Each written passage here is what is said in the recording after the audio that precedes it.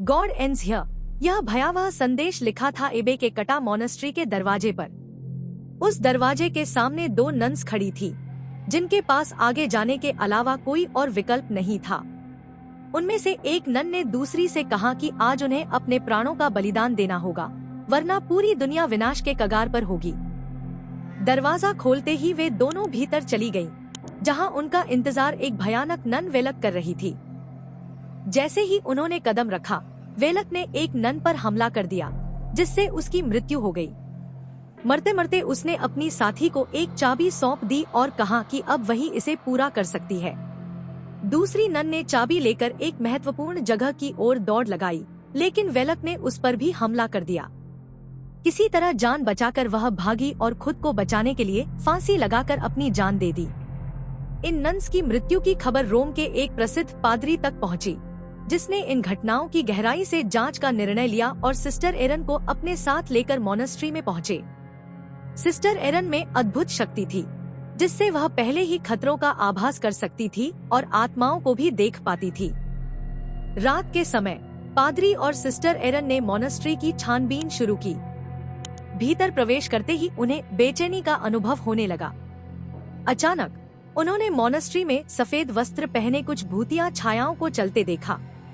जैसे ही वे आगे बढ़े, उन्हें वस्तुएं खुद से हिलती दिखाई दी, जिससे यह साफ हो गया कि वहां शैतानी शक्ति मौजूद है। इसी बीच पादरी को आत्महत्या करने वाली नन दिखी, जिसकी गर्दन मुड़ी हुई थी और चेहरा अधजला था। अचानक उसने अपनी आंखें खोल दी और पादरी पर हमला कर उन्हें एक ताबूत में कैद कर दिया। दूसरी ओर सिस्टर एरन एक नन से मिली, जिसने खुलासा किया कि वर्षों पहले मॉनेस्ट्री में एक अनुष्ठान के दौरान हमारी दुनिया में एक दरवाजा खुल गया था, जिससे शैतानी आत्माएं प्रवेश कर गई थी। इन आत्माओं में सबसे शक्तिशाली वेलक थी, जो केवल जीसस क्राइस्ट के खून से ही पराजित की जा सकती थी।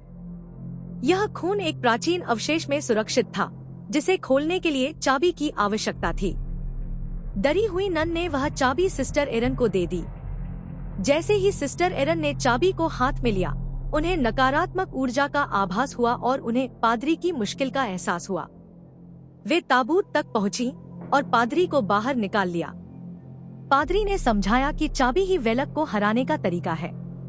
सिस्टर एरन ने जब यह जानकारी दी कि उन्हें ये सब एक नन ने बताया था, पादरी ने कहा कि मॉनेस्ट्री तो वर्षों से वीरान पड़ा है, वहाँ कोई नहीं रहता। इसका मतलब था कि वह नन भी एक आत्मा थी, जो वेलक को हराने में उनकी मदद कर रही थी। पादरी ने चाबी के जरिए पता लगाया कि जीसस का खून वाला प्राचीन अवशेष कहाँ था। आखिरकार वे वेलक का सामना करने के लिए तैयार हुए। जैसे ही वे भीतर पहुंचे, वेलक ने पादरी पर हमला कर दिया। सिस्टर एरन ने चाबी लेकर अवशेष खोजा और जीसस का खून वेलक पर डाल दिया। देखते ही देखते वेलक बुरी तरह जल उठी और अंततः चीखते हुए गायब हो गई। सिस्टर एरन ने अपनी जान जोखिम में डालकर वेलक को हराने में सफलता पाई। अगर आपको ये कहानी पसंद आई हो, तो हमारे चैनल को सब्सक्राइब करें और ऐसी ही डरावनी कहानियाँ सुनें।